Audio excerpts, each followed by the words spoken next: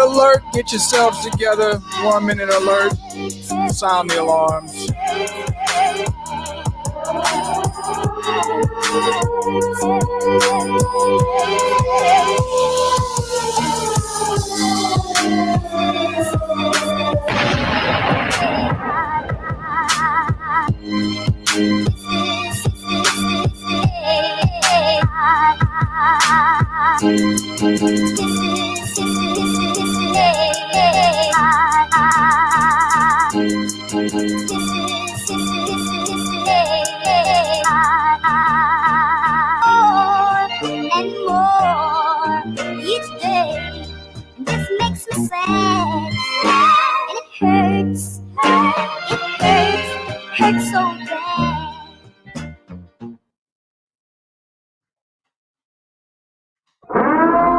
It's about to get thick. Lease drivers. Leasing a semi-truck. Good or bad. Pros and cons. You locked in. Trucking with Loshawn Parks. Let go.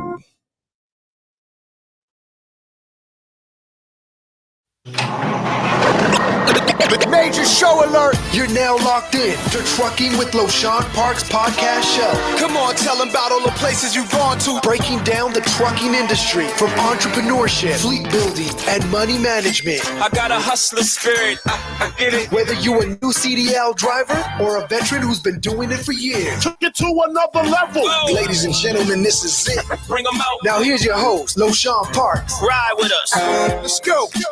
Bum, bum, bum, bum.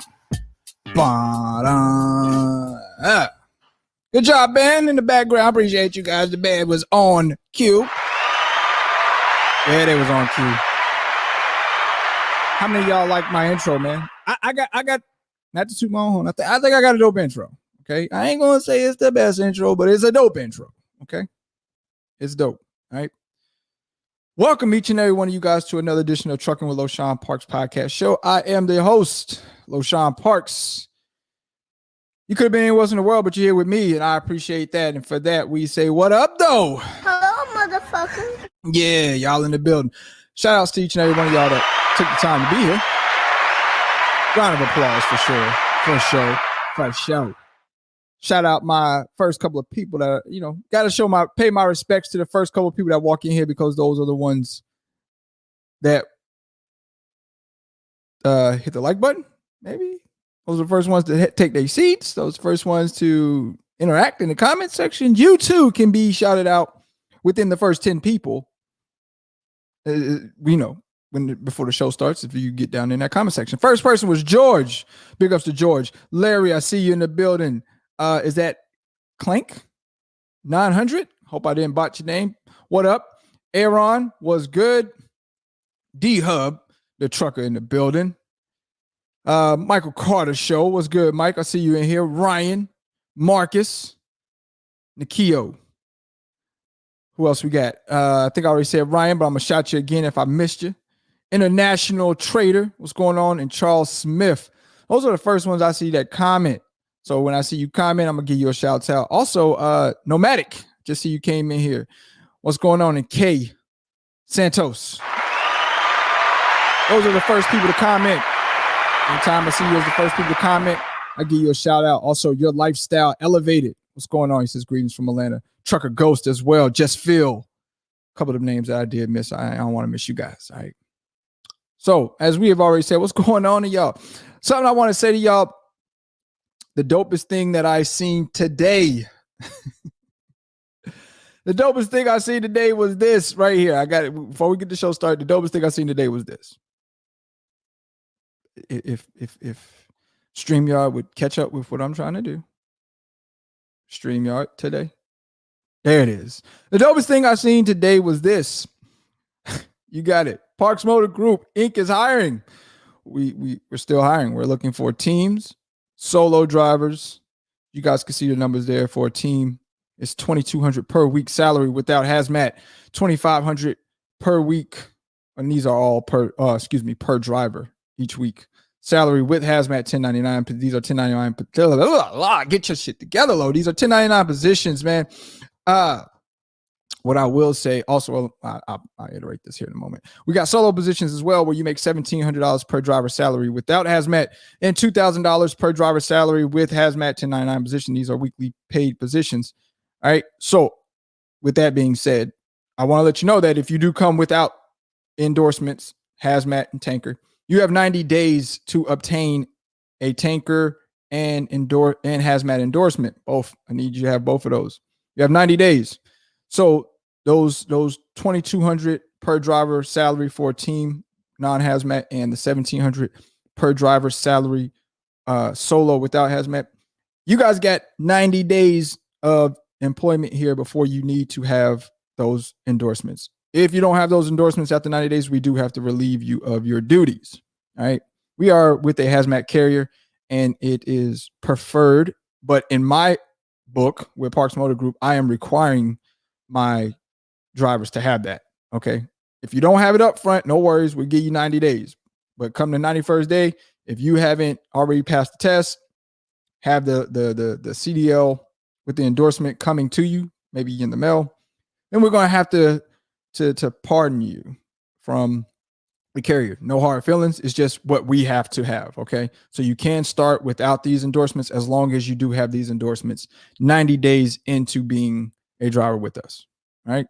I have to stress the importance of that because I have been getting inquiries where people do not have these endorsements and they keep asking, are they required to get these or do we have to have these after 90 days? And the answer is absolutely yes. All right. If you plan to stay on with us, all right, we'll start you out, but then after 90 days, it has to be on your CDL as an endorsement. All right. We are hiring though. Teams, solo. Here's the catch to it. I can't stress this enough too. We've been getting a lot of inquiries about this. You have to have a minimum of 1 year OTR experience. If you don't have that, you're going to have to wait until you get it.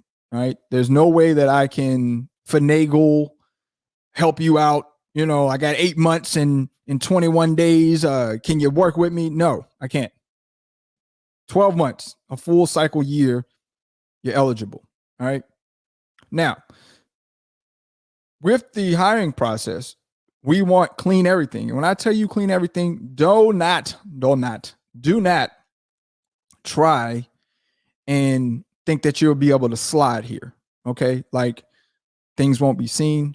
We run full background check, PSP, CSA score, driving record. And we also go through clearinghouse for your drug testing. If it comes back from clearinghouse that you have been disqualified for use of illegal substance, automatic lines of disqualification. All right. So I would tell you guys to make sure that you are straight through clearinghouse before you even consider this, because if you're not straight through clearinghouse and we pull clearinghouse, because that's who we use, we pull clearinghouse and it shows a mark on your record, you're wasting your time. All right. You're wasting your time because it's automatic disqualification. All right. We need you to have that. So if you are interested in this position, you see the email address right there on this flyer. Get at us info@drive4pmg.com, or you can see the banner that I'm about to put up here scrolling across the bottom as soon as it goes up. I'll tell you, StreamYard is moving extremely slow today.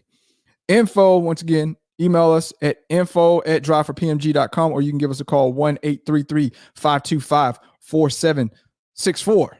All right. Serious inquiries only. If you ain't serious, yeah, we're gonna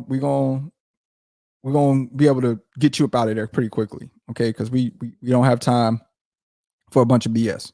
Let me leave that scrolling across the bottom in case some of you might need the number. Let me bring that back up. StreamYard is moving extremely slow today.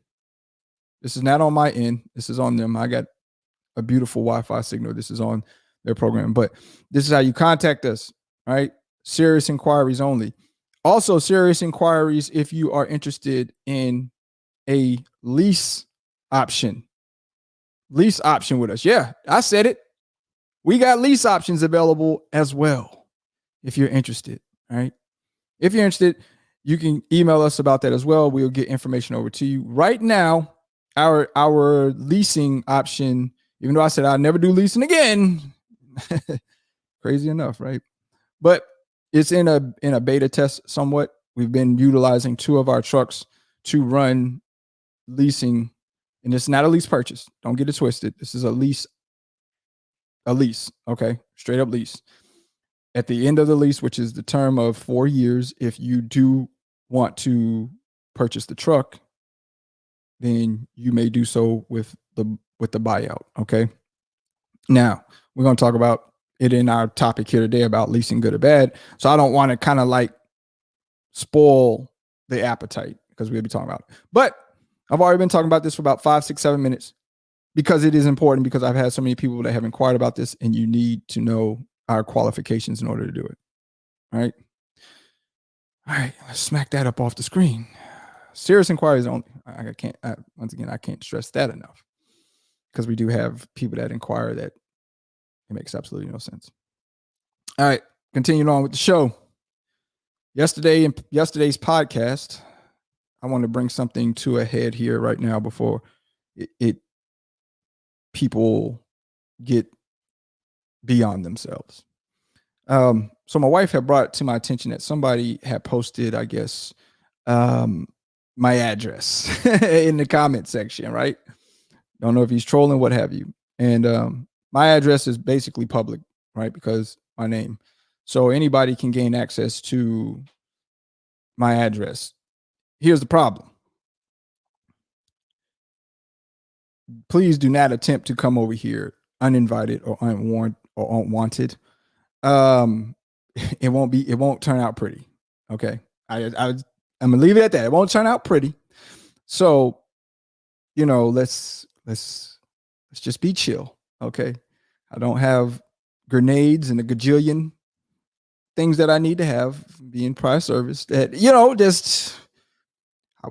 hey, I'm willing to test out if it ever needs to get to that point, and we don't want to get to that point. So with that being said, don't know if that individual was sitting here deciding to troll. And I told my wife, listen, my address is going to be public, because if somebody goes on Google and pays $19.99 or $5.99 and they have a person's name, then they can search their address and they can see where they've lived for the last however many years. Here's the deal. It's nothing to hide. Just don't try your luck. I just tell you like that. Don't try your luck. There's save that. Okay. Let's just save that. All right. Anyway, let's get on with the show. And by the way, I guess I should play this right here, because this was sent to me by my man Sage, and I do believe that Mob wants to hear this clip. So let's get it played. All right. Don't be that individual, okay? Don't be that individual. You gonna be dumb, stupid. All right. Comments are up now. Let's get on with our show. That was the dopest thing I saw today. Also, by the way, I still haven't seen anybody come out with the that they feel like they could beat my thing. Okay. And this was yesterday, in case you missed the video yesterday. Still, it remains the same. I don't think that anybody is touching it. What? Yo, where y'all at though? Still ain't seen no challenges. All right. It's okay. It's okay. Just know that I got the nobody's messing with my Crocs. All right. That's all we need to know. All right, let's get on with the show. Once again, if you feel like your Crocs are better than mine, you can definitely get at me. Okay. You can send your picture through. And this is where you can send your picture too. Okay. Send it to LoshawnParks@gmail.com. Where is all of my stuff at, man? Damn, StreamYard. Here you go. This is where you can send it to. Send me a picture of your Crocs. I'll post your Crocs right here on my show. And, we'll get the voting going. We'll see what the people think. All right. LoshawnParks@gmail.com. All participants are welcome. If you send them busted and disgusted, we will be on joke time. Just know that. I'm a clown. Yeah. We'll go there with it. Okay. If need be. Let's try to refrain. So send your dope stuff, man. All right. Pull my comments up. I got a super chat before we get started here. $5 from Daniel Root. He just says $5, I guess. Appreciate the love, man. Thank you for that. Thank you. If you do want your question answered in immediate fashion, or if you want me to bring a comment that you have made to the forefront of my show, super chat. All right. That's the best way to get my attention so I can pull it to the forefront and answer it for you and we can carry on. All right. So we can carry on. Thank you so much, Daniel. All right. So continuing on from yesterday's show. Yesterday, we talked to those individuals who were interested in being an owner operator, purchasing a truck, what they need to know, some good information, some good tips for them to take with them. I did have a few comments that people wanted to ask me about leasing. And I said, hey, listen, make sure that you tune into the show today, because this is going to be the show today that you are going to want to ask your leasing questions. All right. And for sure, we're going to get to them. All right. But before we get started on the phone lines, which the phone lines open up in the second hour, this is a 2-hour show. Phone lines open up in the second hour. Beginning of the second hour. Second hour is all phone calls. All right. First hour is me sitting here explaining to you guys. And then we get into the breakdown in the second hour with phone calls. Oh, I did forget about that. Remember that we have to have half interaction on the likes or we don't continue on with the show. Right now, it looks like it's 85 people watching. My man Sage just hit me and said there's 31 likes in here. That ain't acceptable. 85 of y'all, I think that we can get to at least, I'm going to give y'all the benefit of 90 people in here right now. I'm going to give y'all a benefit of the doubt. I at least want 60 likes, because this is going to be some good information today, especially if you are leasing or you're thinking about leasing. You're going to gain some really good information today. All right. So y'all got to get the likes up. Till it reach 60, we will be back. And I got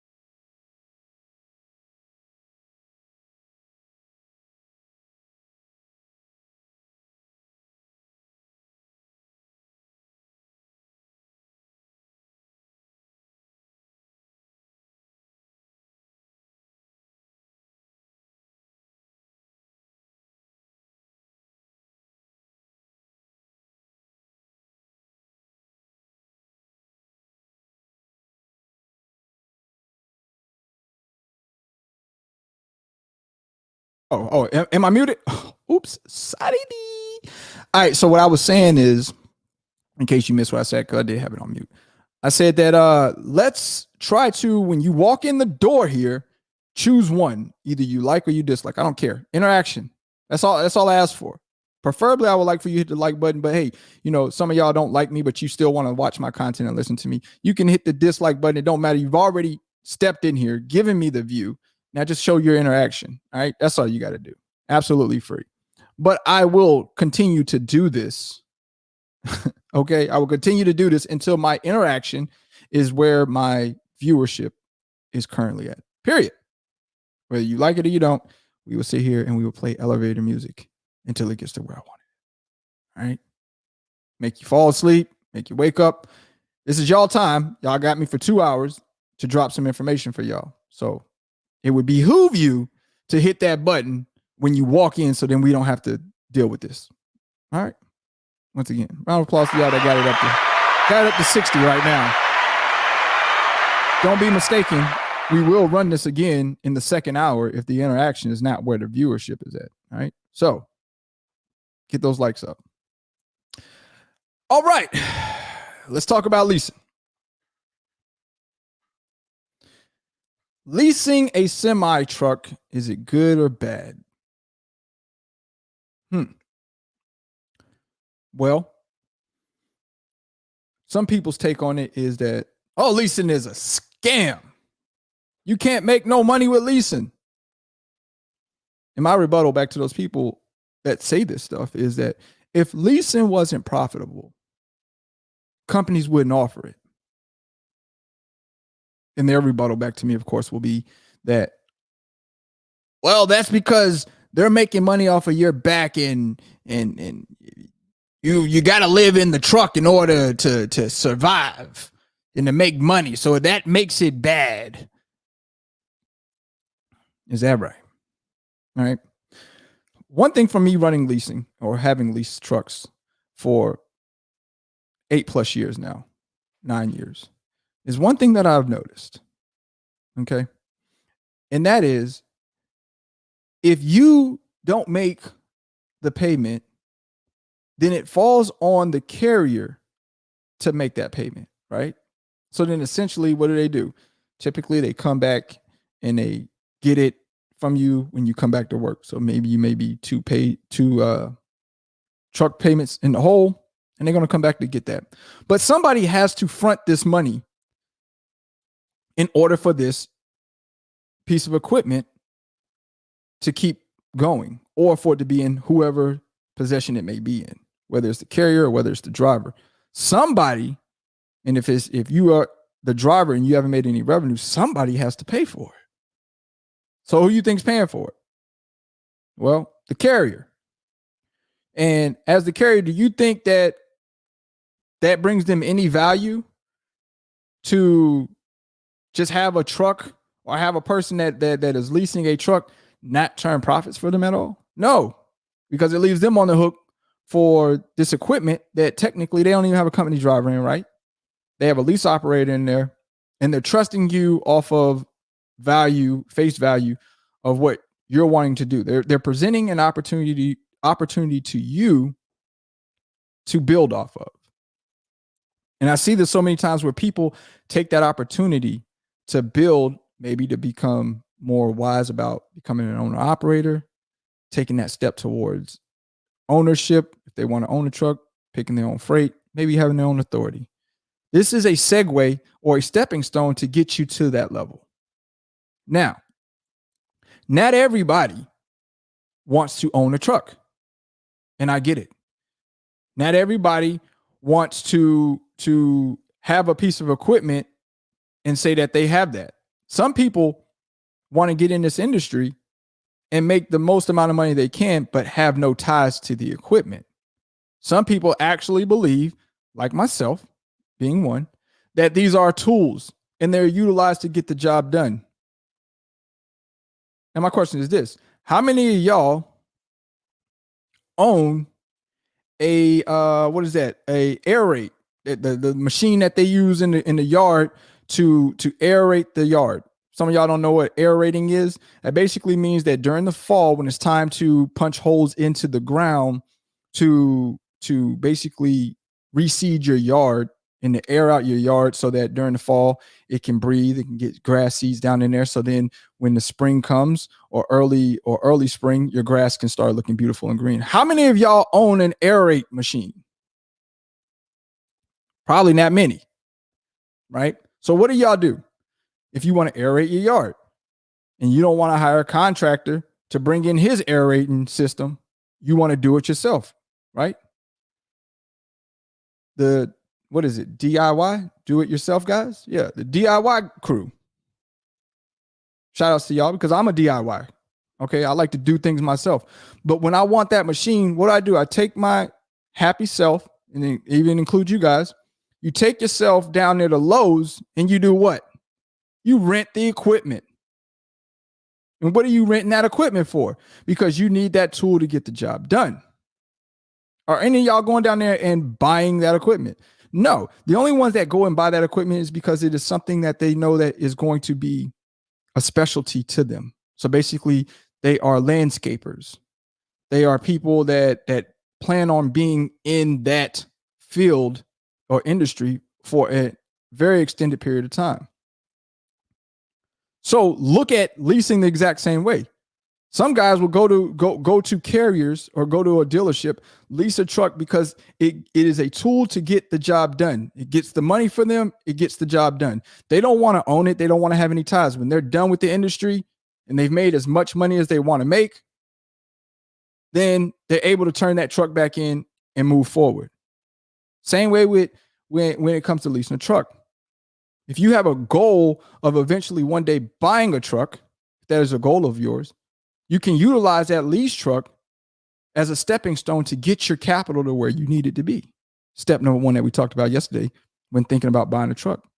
Getting your financial capital to where it needs to be for you to move to the next level. Now, I could never figure this out, why people think that leasing is such a bad thing. Leasing is just a different level. And I tell you guys this all the time. It's levels to this trucking thing. And nobody should be in a rush to get to anything. Take your gradual steps. All right. My wife told me this yesterday. She said that things come into your life as a blessing or either as a lesson. Let that sink in a little bit. Just in case y'all didn't hit me in the back. I'm going to say it again for y'all. Things are in your life or come into your life as a blessing or as a lesson. Either it's a blessing that is there and is helping you succeed in life on whatever it is, or either it's a lesson. It's going to teach you something that is either going to make you better. And all lessons in life are things that do make you better. I just want to let y'all know that. Don't look at a lesson as a form of failure, because one thing is for sure, two things for certain, is that if you have never experienced failure, you are not on the path to success. Let me say this again for you. If you have never experienced failure, you are not on the path to success. In order to get success, you got to go through failure. How you going to know what it feels like to fail or succeed if you ain't never failed? Because one thing's for sure, once again, two things for certain, is those that are at the top of the food chain. The millionaires, the billionaires of the world. You think that they just got it right and didn't fall on their face flat and come back at it again? No. So when I see these guys complain about how they failed in their leases, the first thing makes me think of is, how much did you give to it? Honestly, by you looking at yourself in the mirror, did you go 130%? Without you pointing fingers, did you go 130% to succeed in this? Or did failure push you out the door? Because once again, failure is learning lessons. And without having failure, you can't get to success, period. There's no skipping it. Similarly in trucking, you shouldn't skip steps in trucking. Your thing in trucking that you should do is come in, get with either a carrier to get your CDL or go to a schooling outside of a carrier. Get your training, be a company driver, at least for a year. And we're talking about at least a full winter under your belt. Full winter under your belt. Then we need to realize what your money says before you make the next steps. Now, you can go to some of these mega carriers or smaller carriers in itself, i.e. myself. You can come to a carrier like myself. There's no money down for you to lease a truck with me. Why? Because this ain't a lease purchase, first and foremost. Do I have an escrow? You damn right I got one.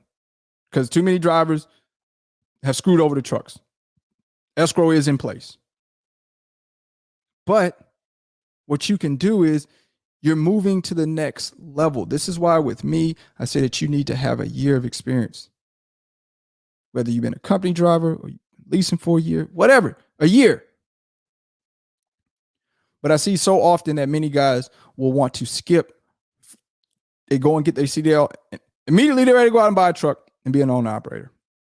F being a company driver, F being a lease operator, just owner operator. They don't want to take the gradual steps and levels to it. And I'm here to tell you guys that guess what? Each and every person that has started out in this, that's holding that steering wheel with as a professional driver CDL has gone to school. Okay? Unless they, Wild West, older gentlemen may have been trained on a farm, may have been trained by their daddy or whoever that had a CDL that they didn't, they trained them and then they took them over to the DMV, had them pass the test, had them take the road test, and they got their CDL. There are people out there that's like that has went through schooling at home or by a fellow truck driver who had the time to teach them all of this stuff. All right. But for the most part, most drivers are going to go to a CDL school. All right. And when you go to that CDL school, you are shook daddy. All right. You ain't never been in a big rig like that before, at least to the point of driving it. And it's nothing like your car. Okay. It's nothing like your car. So I say all of that in comparison because you were scared. All right. You faced your fear. You conquered it.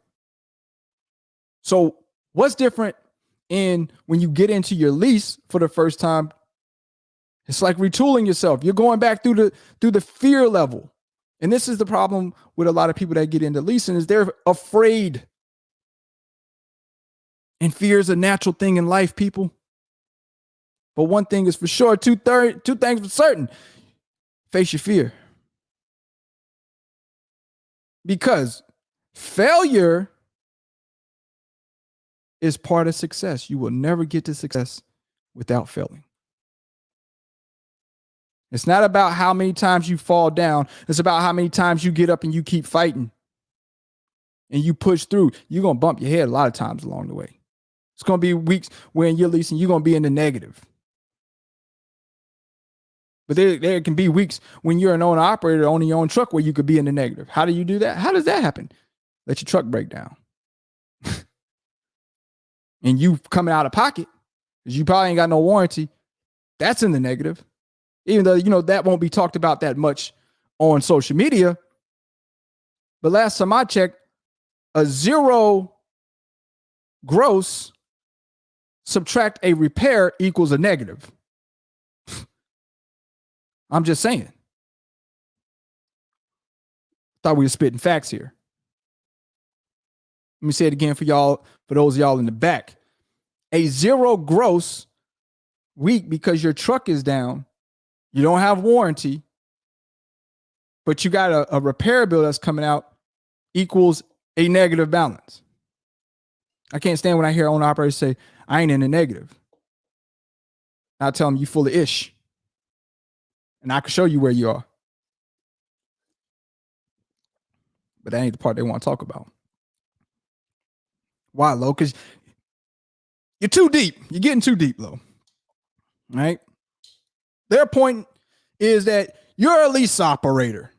So you got to run that truck every goddamn on day, and you got to pay those payments to Sky Daddy Jesus.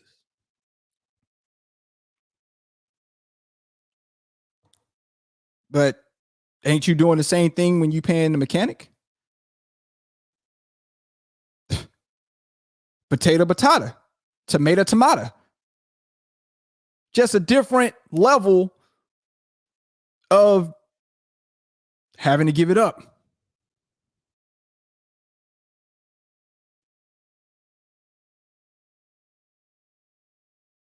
That's right. T. Hill says, I speak on zeros. I gross negative 2,500. That's right. What you gross, bro? I'm an owner operator, and I had to repair this truck, and to repair it was 2,000. So I mean, your settlement was negative 2,000. Yeah, you ain't had no truck payment. You got repairs though. It don't matter. What I'm trying to say is, don't matter how you look at it. It's a negative. Now, does leasing have its good points? Absolutely. I'm a living testament. I'm living proof. I've been here on YouTube for about 5, 6, 7 years, teaching within the realm that I'm in, trucking, but specifically in trucking leasing. And I can't even tell you, I can't count on my hands, my feet, and all 8 of my children's feet and hands, and my wife, on how many people that I've led to success in leasing, just simply by listening. Whether you take it as motivation, whether you take it as jewels being dropped to add to your repertoire of business or how you want to run business. There's success in everything. Just depends on how you going to go and get it. How hungry are you to go and get it? Everything has a pro and con to it. You got to balance it out. Which part of the scale is heavier? The pro or the con? And everybody's scale is going to be different. Just because to me, my pros outweigh the cons, don't mean that that's going to be the same balance for you. And like I tell people all the time, when it comes to leasing, man, it all starts with, what are your finances outside of trucking? What are your finances outside of trucking? We're going to touch on that here after I get this super chat that just came through from Aaron. Let's pull it up. I'm making $2,500 to $4,000 a week profit. My only bills, I guess you meant to say, are storage space and your health insurance. You think this is fair, or do you think I should shop around for something else? Appreciate that super chat, man. And we're going to address this. We're going to leave it right here. And we're going to address this real quick, and then I'll get back to, because this does play a portion of outside trucking expenses. So, my man Aaron says that he is making $25,000 to $4,000 a week profit. Now, I'm going to take it. You can only take a man off of his word, right? So we're going to work with these numbers. $25,000 to $4,000 a week profit. That's good numbers. Okay. If these are the numbers that you're actually hitting after your expenses come out. All right.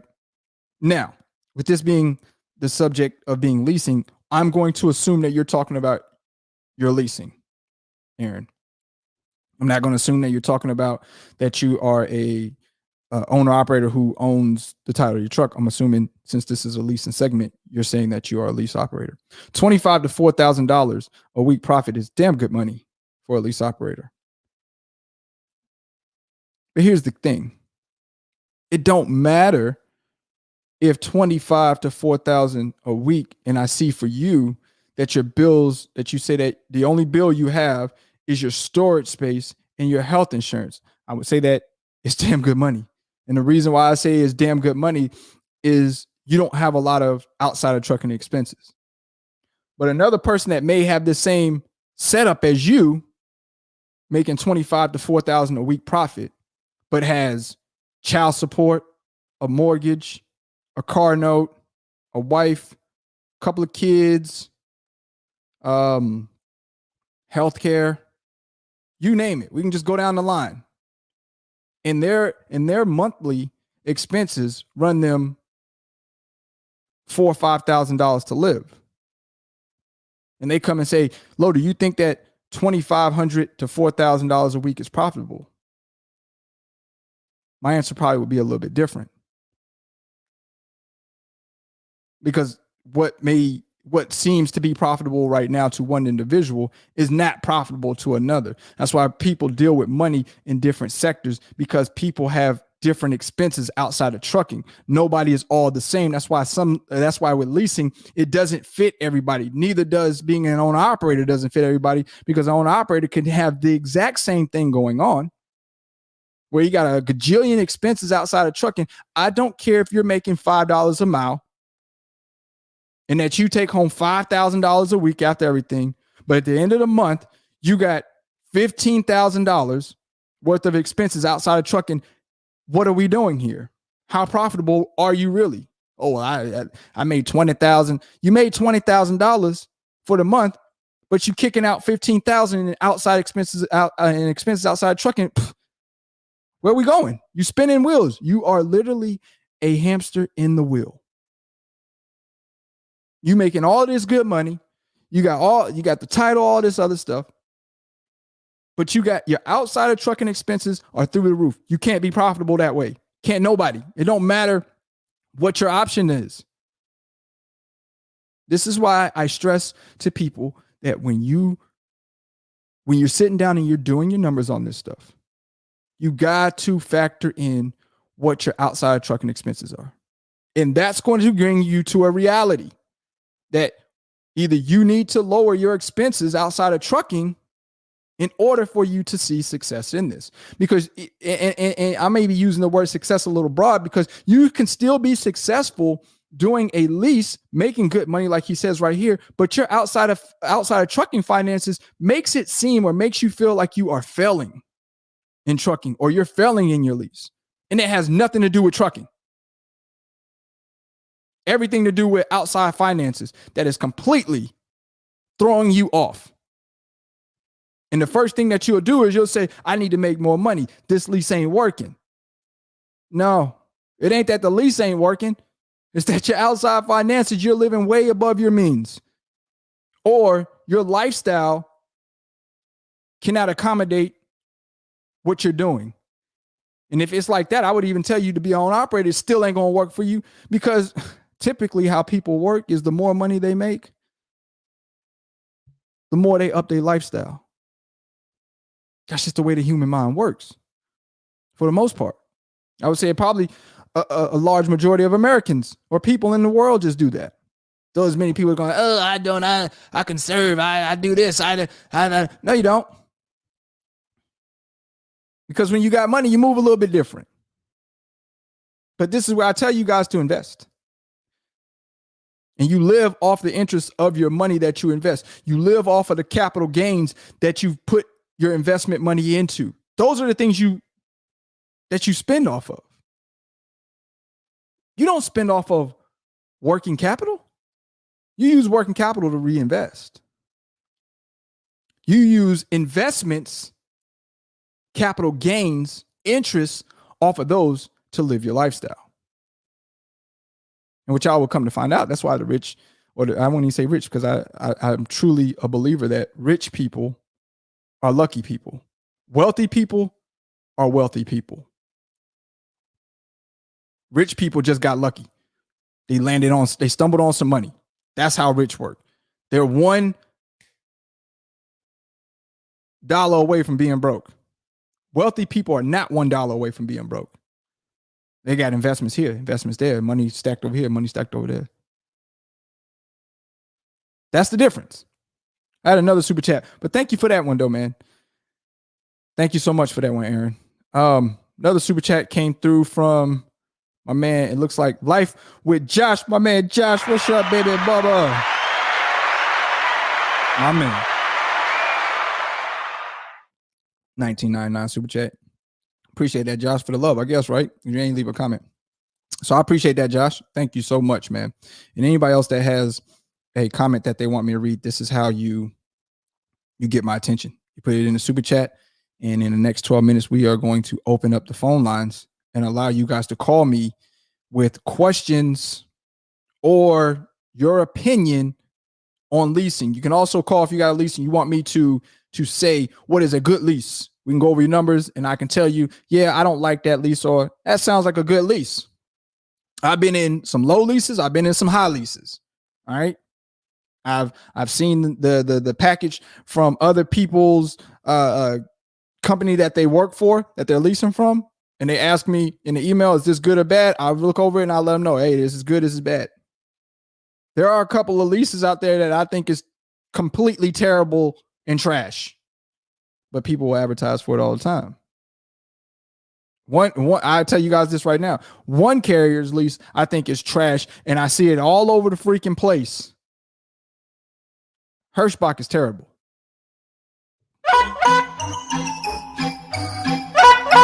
I'm a clown. I'm just saying. I'm a clown. I'm a clown. I don't mean to clown anybody that is over there. My humble opinion, I've looked over their contract. I looked over it. It's trash. Absolute garbage. But I see so many people wanting to go over there because I guess they got nice equipment. Their equipment is trash. I mean, not their equipment. Excuse me. Let me retract that back. Not their equipment. Their lease is trash. Their trucks are nice. Their equipment, trailers, trucks, nice. Nice. But when a company and you're the lease operator tells you how much fuel you can put in, where to go to get your fuel, if you go out a route, there's a penalty. Wait a minute. Am I a lease operator or am I a company driver?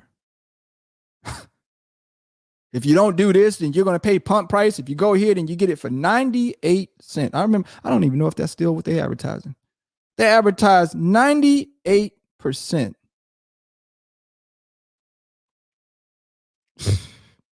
Or 98. I'm looking at percent apocalypse. I see that 95%. 98 cents for fuel. Is that right? If you're able to offer, and here's another thing, man. If you're able to offer 98 cents a gallon, I'm scared to know what you paying, what the real rates are that you getting. I know you can't be really showing the drivers the rate cons, the real rate cons, right? Who else is getting 98 cents a gallon on fuel? Where they do that at? Hirschbach make $4 a mile off their drivers.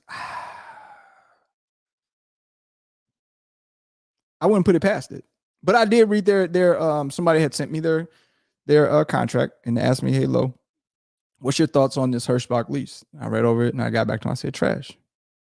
If not the worst lease I've ever seen in my life. It's terrible. Absolutely terrible. One of the leases that I did look at that at the time, this was probably about a year ago, that was a pretty decent lease, was actually through, I want to say Knight. I want to say it was through Knight, where Knight does have their lease purchase program. And I want to say their trucks are somewhere in the 600 at that time. They were a little bit older trucks, 17s or something like that, 18s, but they gave a little bit higher percentage than what I believe Hirschbach was doing, and it seemed to be fairly decent if you were looking for a starting place as far as a lease went. You know what I mean? I thought it was decent. Okay. Now people probably will ask me, Lo, what is your thoughts on Prime? And I see somehow right there with the SFI truck, $1,200 a week. I can't do it. Okay. $1,200 a week for a truck payment that doesn't have an APU on there, that doesn't have, it ain't belled and whistled out with Arctic cushioning in there, heated and cool seats, everything leather, digital dash, tire pressure reading sensor, all that. I don't know how y'all are able to pay $1,200 a week for that. I don't. I think that it is ridiculous. Now, here's the thing. What is a good lease? Because maybe with that Snyder Finance truck at $1,200, like I said before, it wouldn't hurt if you had a team that was in that truck. Okay, you get a team in a truck, truck payment doesn't even really matter. Okay, because they're gonna gross so great that the truck payment really ain't gonna hurt you, right? But you're talking about if you put a solo driver in there, his gross is already going to be cut in half from what a team is technically going to do, but he still has the same payment that team has. Doesn't make any sense. Doesn't make any sense. Got another super chat just came through from my man TBE Trucking. He says Stevens Transport lease is trash. I appreciate that.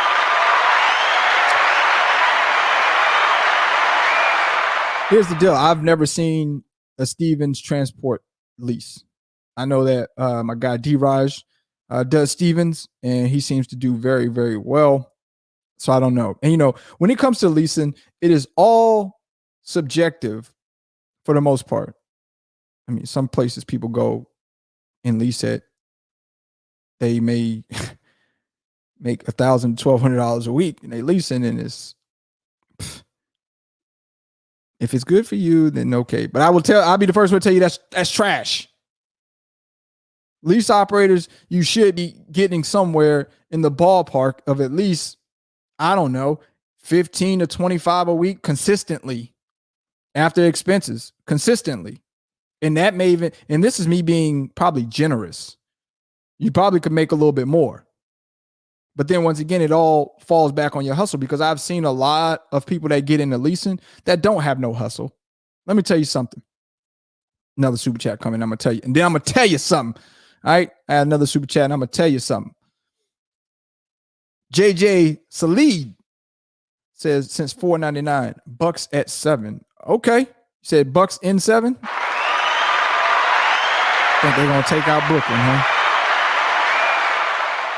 We shall find out tomorrow. All right, so let's go down here. Wait a minute. All right, so another super chat. Okay, let me read this one. Gotta get my super chats first, because y'all know those are paying people, so I want to acknowledge those people. Official Willis sent $4.99 super chat. Says my SFI lease is $1,100 on op spec. Appreciate that. $4.99. But Official Willis, we already talked about this the other day. You trying to possibly get out of that truck, but I'm thinking if you're going to keep it, $1,100, man, is high. It's high. I don't have any truck in my fleet that I pay over $795 a week for.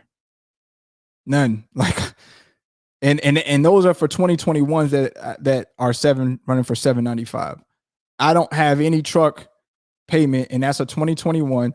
Now, my Western Stars are freaking $750 or something like that. I can't remember what my Western Stars are, but my Western Stars aren't even $1,100. Like, that's crazy numbers.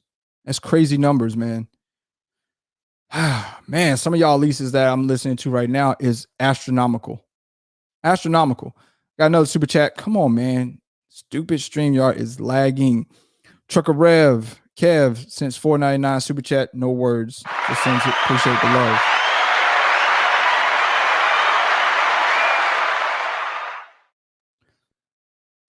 But anyway, some of these numbers that y'all are putting out here, and I'm about to open the phone lines up here in about 3 minutes. Lease operators, I need y'all to call in today. We need to have a convo. Let's talk about some of these numbers are out the way. I mean, they out the way.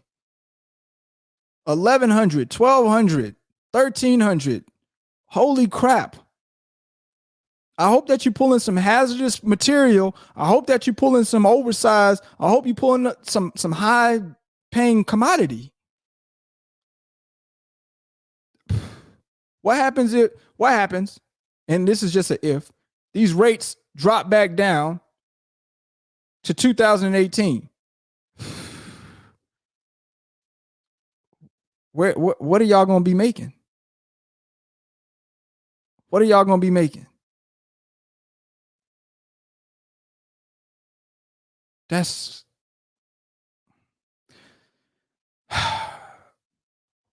some of these leases are predatory.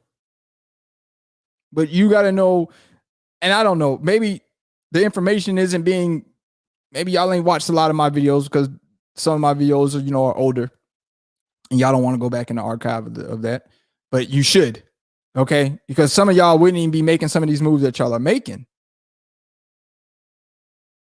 with some of these leases. I understand, hey, I don't got no money. Shit. They say 1,200. Hey, I got me a truck opportunity. I got to get in there. That don't mean that because that's what they're offering that you got to do it.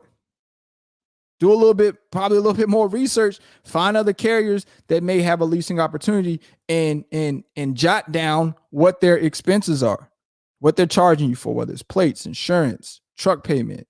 Find out on that truck, does it have an APU on there? What all comes with that truck? Virgin tires. How many miles is that truck? We got to get ready to open the phones up, man. We got to get ready to open the phones up. Right, Apocalypse. 1,100 at SFI, and it's not even a full maintenance lease, is it? No, I know it. I know y'all ain't over there with a full maintenance lease. I know that.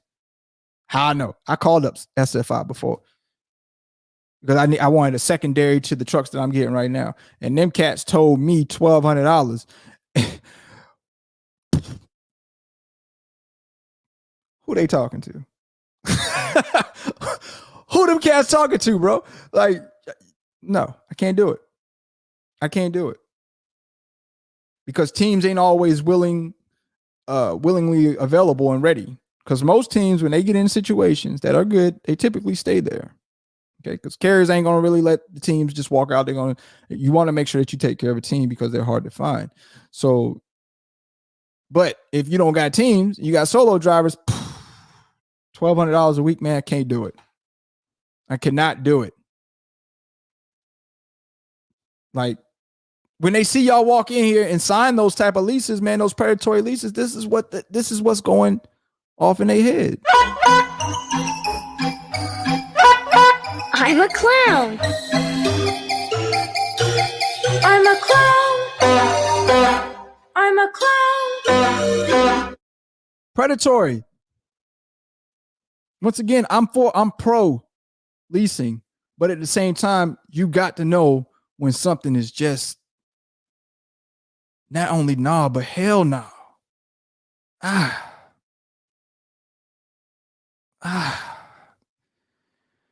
Phone line's about to get opened up, man. Jesus Christ, please call in. And we're here to help. I'm here to help you. I'm not here to joke you. I'm here to put you in a better situation. Honestly, leasing can work. Leasing is good. I've been doing it for 8 years, but you got to know when certain things are just predatory and when it ain't for you. Shit, that shit ain't for nobody. Them cats don't even want them damn trucks, bro. And I guarantee you this, if they do take that truck back from you, you can believe they're going to try to put a team in there. They're not paying $1,200 anyway. So let's be honest, okay? A lot of people think that these mega carriers own these trucks. They don't. Newsflash. Get these trucks on consignment. Oh, how do you know that, Lo? Talk to the manufacturers. They get them on consignment. They get them on a line of credit. Example would be they're going to give you a line of credit, mega carriers, because they get so many people to come in. All right. They make so much money. They're going to make money off of them anyway. Right. So to get a line of credit, they give them $20 million and they sell them the units probably for half the price. All right. Or at least, 70% of the price. They lease it to you. We already know how this goes. They lease it to you. They got it. And this is business. All right. So when y'all say, oh, when you're leasing that truck, you're buying them an extra truck. It's business. I expect everybody to make a profit somehow, some way off of something that you're utilizing them for to gain. All right. So what's going to happen is you are leasing this truck from them. They get it on consignment. They probably got like 10 years, 5 years to pay off on this $10 million credit line of credit that they're getting bulk load of trucks from, 100 trucks. They got a 10 million line of credit. They got 100 trucks. They're going to get you for a percentage of your gross. Then on top of that, the truck payment. So does it make sense? Absolutely.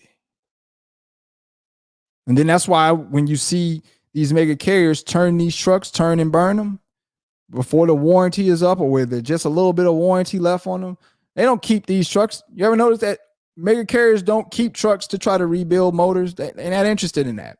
Why? Because they need these trucks to keep a warranty, so it keeps them from coming out of pocket. But I mean, so many people think like their model is so bad. But I mean, every time I look at one of them, they millions and billionaires. I mean, nothing against that. Just saying. Another super chat came through. We gotta get ready to open the lines up, man. TB Trucking, $5 another super chat. He's throwing the super chats today. When I first got my CDL, they pushed leasing on you and get your trainer to talk you into it. But you live and learn. LRM trucks are trash too. Appreciate the super chat. Once again, my man TB Trucking, dropping that cash all over the place. Do they push mega carriers? Why do they push for that? Is I don't know if some of y'all, we might have to talk about this another time because I'm just going into a lot of stuff. Let me just open these phone lines up. I can just tell you that the government, if you have a schooling at these mega carriers and they're accredited, they're getting funding from the government. Okay, they're getting money from the government. One, because they are employing America, and two, because they are giving people a skill and trade. So they're making money off of you, and they're making money off the government funding them. It's about money, people. That's what it is. But why do they, I guess, you're saying that they push you guys to do that, I guess, to lease. Yeah, I don't know. Mega carrier stuff, I guess. Let me open these phone lines up, man. I know y'all are cooking. What is my likes looking like, though? 150 in here right now. I better see 120 likes on there. Moderators, let me know what them likes looking like. How many we had on likes? I need 120. Open my phone lines up. I don't get 120. Y'all already know what time it's about to be.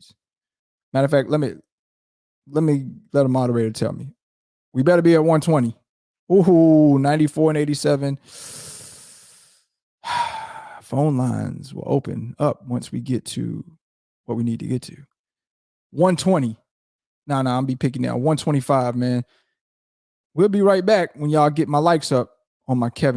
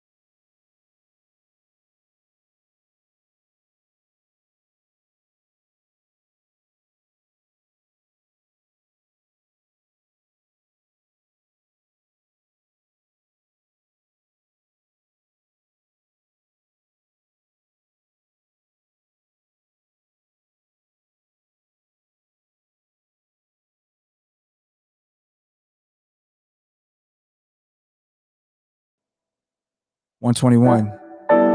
Beautiful. Kill it, man. They got their act together. Y'all see that, man? Let me bring myself back, man. It just goes to show you the reality, bro. Some of y'all are pitiful. Y'all will stick around to hear everything I got to say. Gain a wealth of wisdom, knowledge, something to help you. I'm trying to scoop my chair forward. As soon as I ask you to hit the like button, we go from 145, almost 150 people here down to 115. Y'all, those that left, y'all, I'm gonna truly tell y'all this to y'all face. I'm looking in the camera because I know y'all eventually gonna come back. Y'all some suckers. Y'all some suckers. To hit the like button, a thumb up, thumb down, I don't care, but thumb up to get my numbers where you like, you decide to leave and you'll come back in a few minutes. Y'all some suckers. But to the ones that hit the like button, thank y'all. Thank y'all so much.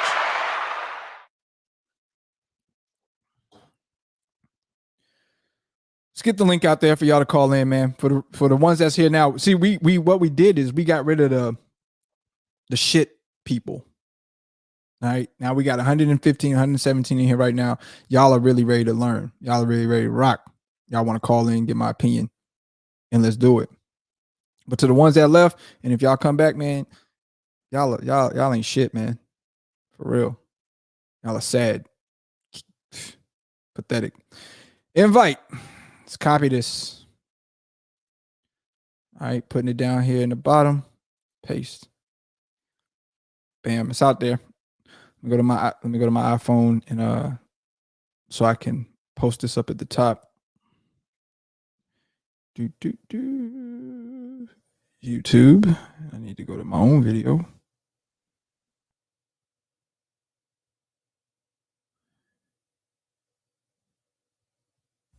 Your channel.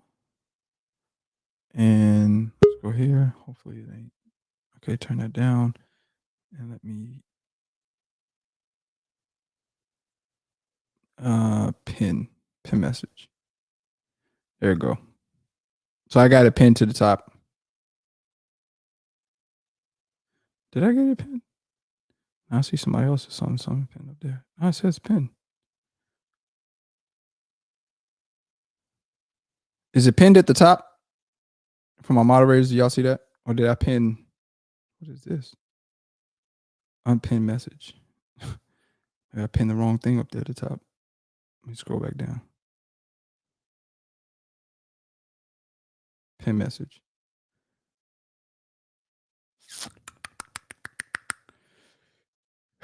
Come on, is it pinned?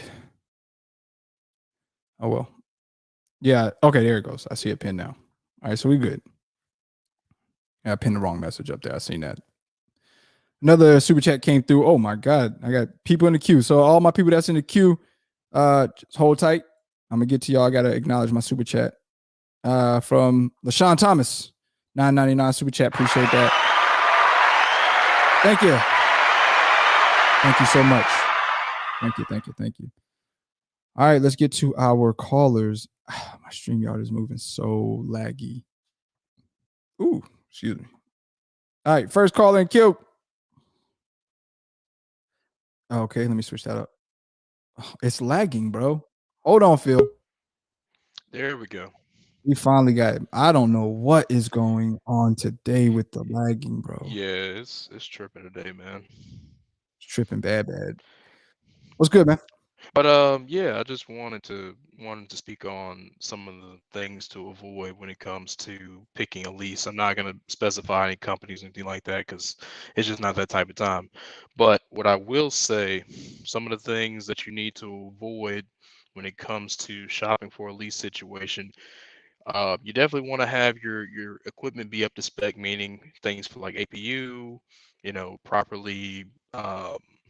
properly spec truck for the type of load you're carrying, meaning if you need flatbed spec, it needs to be a flatbed truck, so on and so forth. Biggest thing though, in my opinion, you should not lease a truck that does not come with a warranty. Okay, for sure. Because in my initial experience, I went to a company where the truck didn't come with a warranty, and everything immediately fell on me, as far as repairs or any type of issues that the truck had, and for the fact that even before I finalized and signing for the truck, some of the concerns I had, this particular company didn't want to address them. Like I had to ask multiple times, and then they were like, "Oh, the fleet manager said they're not going to, address those issues." Which it Right. was minor Right. stuff. Like I just wanted a new seat cushion, for example, because the one in there was trashed, and they refused to Yeah. replace it. Mm. Yeah, for sure. So definitely, I agree with you on that. If you're going to get into a lease, especially with either a carrier or dealership, make sure you got some type of warranty to, because you're leasing that equipment, and you're not, unless you're trying to do a lease purchase, and even still, then if you're getting a lease purchase from a company, try to get some type of warranty, man. Definitely. And then just one other point, then I'm gonna get out of here. When it comes to the compensation side of it, again, in my opinion, you shouldn't be messing with companies that have flat rate scales, meaning Mm, where they give you a pay sheet and they're saying, if you go from this point to this point, this is the rate. And then we're going to give you X amount of cents on the dollar for fuel, when it doesn't match anywhere near what fuel costs, because we all know fuel is sky high right now. correct. So if they're going to be offering a situation where, like for example, if you are on a mileage rate or even in percentage, the amount that they're compensating for you on fuel surcharge, if they're offering that, it needs to make sense with what you're hauling and how far you're going. Right. I agree with that. I can't stand to see a lease that has a scaling, a sliding pay scale. I think it's stupid. Right. The lower amount of miles you go, the more you make. The Exactly. the further you go, the least you make. Like, that's stupid. Like I'll give you just one quick example, and I got finessed into doing this because they talk slick and talk in circles, and it basically I went for it because they made it sound like I didn't have any other options at the time. I got tricked into going to California from Texas for $1. Mm. Yeah, that ain't no good, man. Yeah. That ain't no good. But yeah, I appreciate you calling in, Phil. I got an array of people down there. Yeah, yeah. I mean that's all I wanted Everybody, to say. So just want to let everybody know I'm coming through you, I'm coming to you. I'm gonna give everybody 5 to 7 minutes to talk, and then I got to get the next call. I don't want to let people not be able to get their point across, or they're calling. But thank you so much, Phil. And I'll see you on Monday, dog. yeah, for sure, man. All right, appreciate you, Phil. All right, next caller. Let me get it together. Right here. Craig. What up, Lo? Can you hear me? Yeah, I can hear you, Craig. You good and clear. What you got, man? I got offered a lease purchase at Western Express, $1.75 a mile plus fuel surcharge. They said truck, insurance, all that would be about $1,000 a week, and then obviously, depending on how hard you run, whatever your fuel's gonna be. My outside expenses are about $1,600 because I got a family, rent and all of that. What do you think about that type of lease? Western Express, good old Western Express. This the second chance opportunity company. So with that being said, I'm assuming that your first chance you might have ran into a couple of issues, I guess, with your license. Yeah. Okay. So I think that they hold a position as far as if it's your second chance, you got to find a place to get back right. It's cool. So they said $1.75 plus fuel surcharge. What are they telling you? Is a fuel surcharge based off of whatever the national is at that time? All right, good. So they don't have a set rate, where some places will actually have a fuel surcharge where they will charge you fuel surcharge at what they're getting fuel at, and not what the national fuel surcharge is. So I commend them on that. How many miles are they saying that they can typically average get you? They said average would be about 27, but when I worked for Abilene, I was running 3 to 3,500 a week. Okay. So have you taken the average and say 27 times the $1.75? What do you come up with? I'd have to get my calculator out again. When I did the whole year, I came up with 144,000. Okay. And that's before, this is before your expenses, right? Yeah. Okay. So somewhere in the ballpark, your expenses are probably going to be fuel, truck payment, insurance, all that stuff. Is probably going to bring you down to about half of that. That's probably going to be what you're going to be taxed at. So if you're at 140,000, you're looking at somewhere about $70,000 is what you're going to be taxed at after your deduction. So is $70,000 good enough for you to live off of for you and your family, or not so? I was making that as a company driver. I grossed 69 at Covenant last year. Okay. Well, I think kind of, and we did fine, but you know, we struggled, you know, weeks to where I ran not so many miles. You know, when COVID hit and all of that, things slowed down. But my first year with Covenant, I was running 3,000 miles a week and whatnot, and we did good. Right. So should I go back company or should I jump into a lease? My thing is this. What I would do is, until you can get to a better situation as far as being a lease operator, and I wouldn't say that Western Express is a good option. I would be a company driver until your license gets cleared up. You know, I don't know how many more years you have left to where, you know, stuff starts falling off, but I would actually be a company driver, wait till your license gets to the point of being good, and then try another place for a lease option to where you could, you know, make the type of money that you need, the type of money you want. If you have to choose Western Express, I would probably just be a company driver, but then there's so many other places out here that you could probably be a company driver at that is better than Western Express. But once again, I don't know what's on your CDL, so that would all depend on, if nobody else is taking you and Western Express is it, then I would be a company driver for Western Express. I definitely wouldn't jump into their lease option. Gotcha. What would you say is a good lease company to go to? When it comes to leasing, I am for, the only time that I'm for a lease that is like a flat rate pay, right, or rate mileage, is if it's drop and hook. So like, for instance, I do have my contract still with UPS Freight, but my drivers do drop and hook. They go terminal to terminal. They're not backing into no docks. They take it from one terminal to the next terminal, drop it, and they rehook and book to another place. So that makes all the sense in the world. But when you are getting live loaded, live unloaded, and you're on a mileage contract, I'm not particularly a fan of it, especially.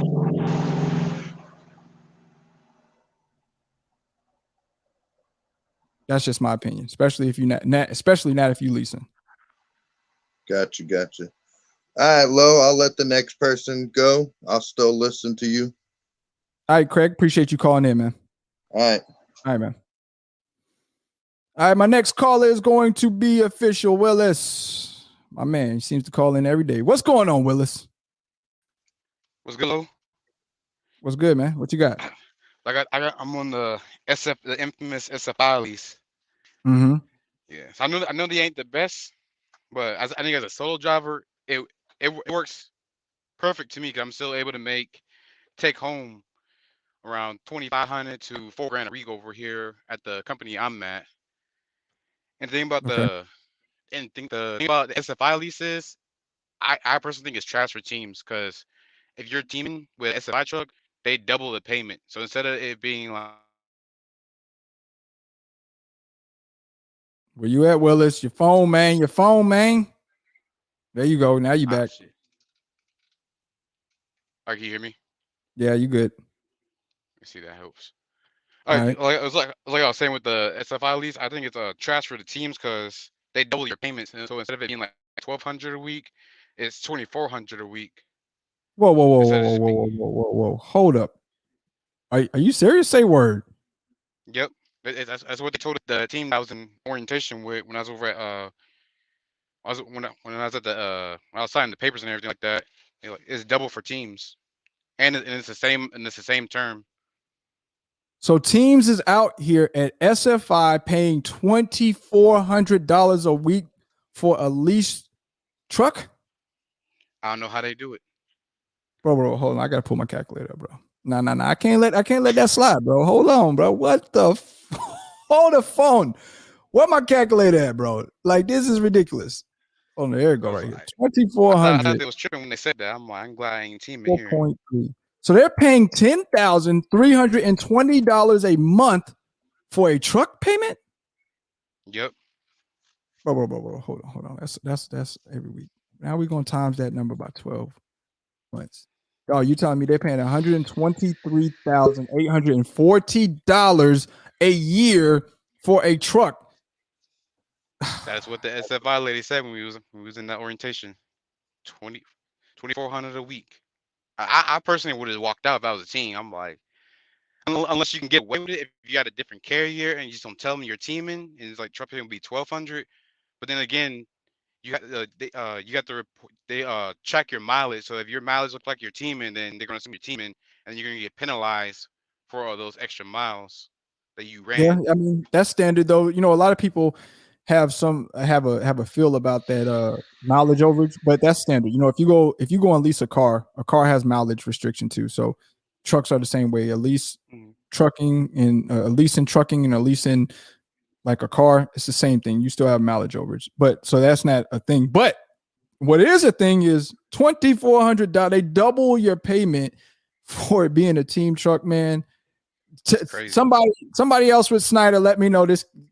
If this is true, that is the biggest scam I have ever seen in my life. I think Is it's SFI. I'm gonna have to go look through my If that contract is and find it. I think it's in allegedly. there too. Yeah, I man. keep my contract in my truck. I'm gonna double make sure I'm right, cause I know I had to make sure I wasn't hearing things when she said that. Even though I wasn't teaming, it was kind of a shocker for me. I'm like, I looked at the team that was teaming. I'm like, y'all for real about to pay that? I don't know. I would But love to have anybody from SFI that is a team can hit the jack, hit the link. Let us know, because if that's really what it is, I'm just saying. Out of the I'm money. a clown. I'm a clown. Ain't no truck. Okay, I said that with a team, you get in a truck and a truck payment don't really matter. It gets to a certain point where certain numbers just don't make sense. Like that's astronomical. Yeah. But another thing with the SFI thing is halfway through the lease, cause I'm on a 2-year lease, so after a year of having the truck, I can't go to the bank and then have them finance the rest of the truck. So that's one of the good things I see about them is I can go from a weekly payment to a monthly payment, just having my bank finance the truck for me. Well, you can have any bank buy out a lease if your bank is willing to buy it out, and you can pay monthly. So it don't matter. Any truck you go and lease anywhere, if you get the bank to if you get the bank to want to buy it out, the lease company or whoever you're leasing from will send that information over to the bank. The bank will buy it, and it's between you and the bank at that point. It doesn't matter where you go. All right, but yeah, they are they are pretty well spec'd out. Like I got leather seats, I got a 13-speed fridge, APU, everything in the truck. It comes with all the bells and whistles in it. I got a 2018 International LT with a Cummins X15. It hasn't given me no problems at all. Like this truck, And it came with an it's a good running APU on it. truck. Came with a trifecta APU. Okay.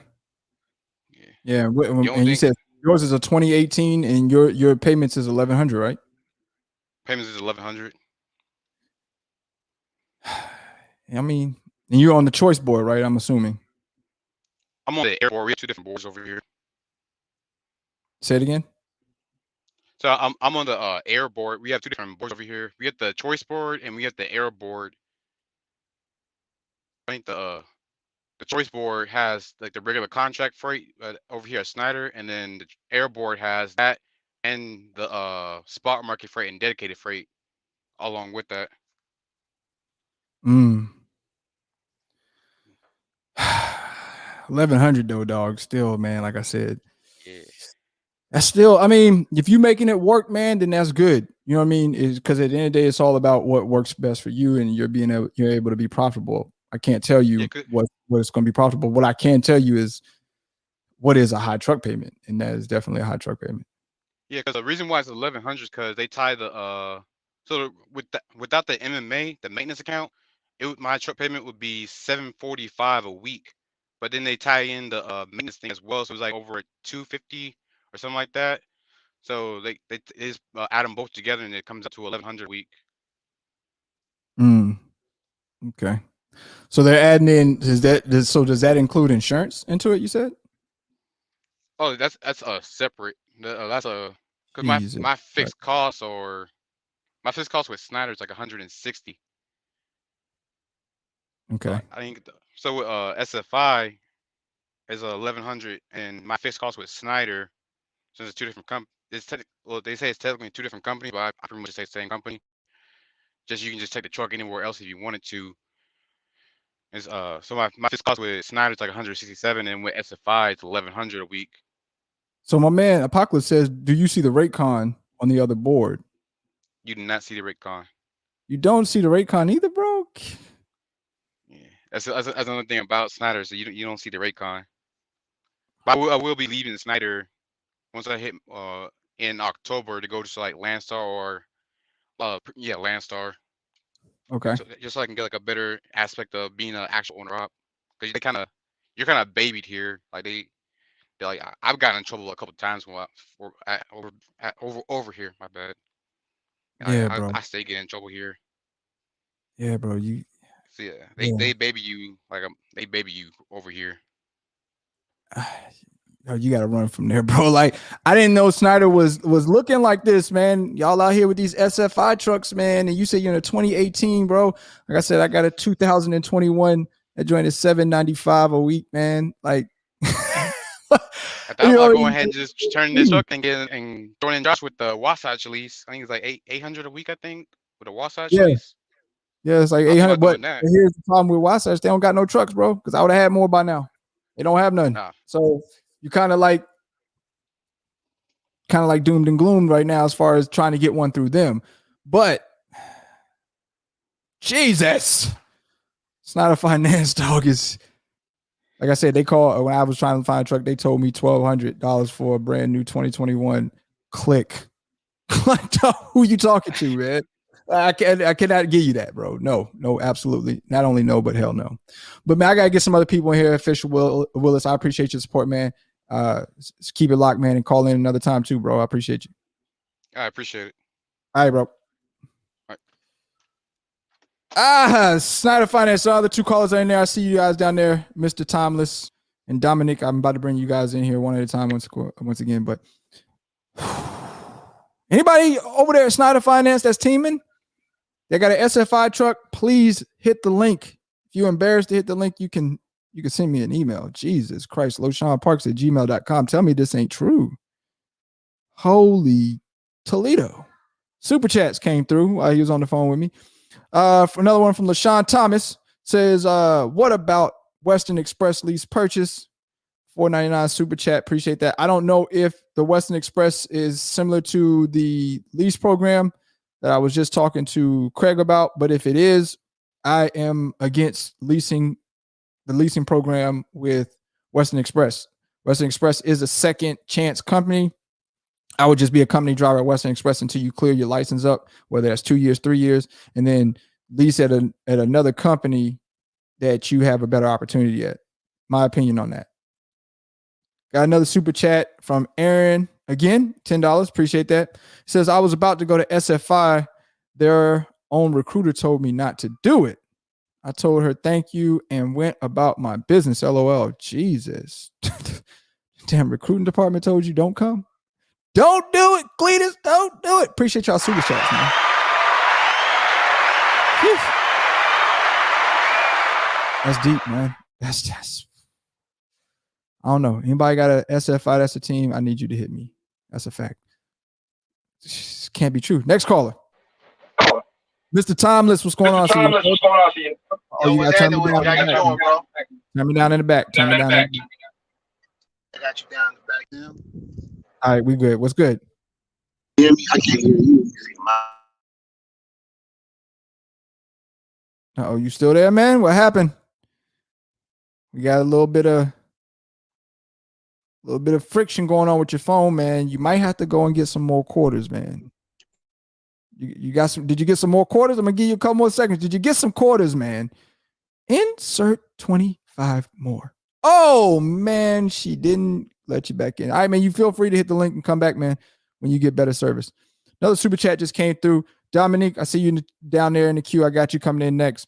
from Val, the trucking goddess. She says, I found a company that the lease payment a week is $480 for a 2022 Freightliner, but the lease is for 6 years. Is that too long? Holy Toledo, 6 years. Let's pull up a calculator. 6 years. Jesus, they trying to lock you in forever, ain't it? 480 times 4.3. I know y'all got to do 4.3, right? Not 4, because you'll find out if you do times 4, it's not 52. All right, so 4.3. So $2,000, $2,064 a month. We're going to times that by 12 months, 24 over 6-year term, 148,608. That's not a bad deal. My question would be, what is all inclusive on this? Do they come with APU? It's brand new, so I don't have to ask you about the warranty. But at $148,000, that's almost damn near sticker price for 2022. Unless it's like a complete base model, could probably range about $120,000 if you walk to a dealership right now. If you got a little bit of extras to it, you might be able to get out there with $135,000. So they damn near almost giving that to you at value of what the truck is. They may be throwing a couple percentage in there so they can make a couple grand off it, but that seems to be a pretty decent lease. But 6 years, you got to dedicate yourself 6 years to it. All right. And that's probably dedicating yourself 6 years to one carrier, which ain't a bad thing, right? Because if you can lock yourself down and show stability with one place, that could work out for you if you're trying to build credit in the long run. But 6 years is an eternity for truck drivers. All right. Is an eternity for truck drivers. $148,608 for this truck. It's not bad, but you have to factor in, and are they going to allow you to move this truck, or you have to stay with them for 6 years? If you stay with them for 6 years, then it's a long-term commitment that you're looking forward to. All right. But appreciate the super chat, though. Definitely appreciate that super chat. All right. Next call. Let's get them in. Dominique. What up? What up? What's good, man? Sorry for the hold. No problem. No problem. Hey, I was just wondering, do you know much about Super Ego Holding? No. Tell me about it. I was hoping you knew more about it. I do know their lease purchase program. I know they starting off, I think it's like 88% to the driver, 12% to the company. Okay. Like $650 a week for the truck payment. Where are they pulling? Where are you pulling freight off? Do you have a dispatcher? Are you dispatching yourself? Are you loading off of the DAT? The 12% that they give is for the dispatching fee. That's a dispatching fee. So they dispatch you. Yeah. Okay. Carry on. I know it's no contract, so you can walk away anytime. It's a 5-year term, though. Where are these people finding these leases at, bro? But I mean, you can walk away anytime, though. So if you're only there for 2 years, you can just walk away. But are you sure to fine print? Because some of these that say walk away, and it's really not a walk away. They're really going to charge you back for any damages or anything that to get the truck back up to standard spec, meaning put new tires on there, change out belts, change out anything that's a wear and tear item. So did you make sure you read the fine print on that? Is that a true walk away? Because most time when people say it's a walk away, it is for you to walk away, but they're going to charge it back to you, meaning they may hold your escrow, they may hold your final 2 checks, or they may put it on your credit. Just depends, though. Did you double that? I haven't done it yet. I'm still doing my research on them. Okay. I was just wondering if you ever heard anything about them. No, they do have options to where you can put a down payment, or you can do a 0 down payment. So they have an option where you can put a down payment or do 0. So with the down payment, that one sounds like that's going to be a lease purchase, and the one with no money down sounds probably more like it's going to be a lease.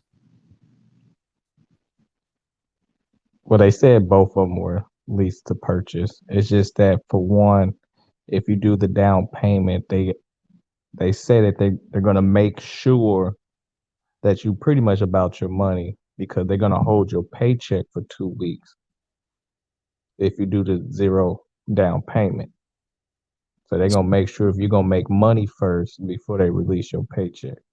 So But if you basically, do the down payment, then you get your paycheck, the regular time. tomato, bro. It's the same. I'm saying they basically, hey, either you give us the money now, you start getting paid immediately, which is kind of crazy because like now you're paying to get your paycheck 2 weeks early, or you don't pay up front to us right now. We hold your paycheck for 2 weeks, which is still going to be your escrow. So either you're going to build your escrow within 2 weeks, or we're going to have your escrow immediately up front. That's what it sounds like to me. Okay, does that sound decent to you? Well, remember I gave you a couple of questions you probably gonna want to ask though. You got to get through those ropes. Like, hey, what was the one thing I told you to do to check on with the dispatching, and you said that, and then I said, hey, well, did you check to see what was it that I said that you need to check? I forgot the question already. To check on the fine print about the contract about the walk away. Yeah. So check on that for sure, because that's key. Okay. They could, like I said, they could tell you it's walk away, and it's really not walk away.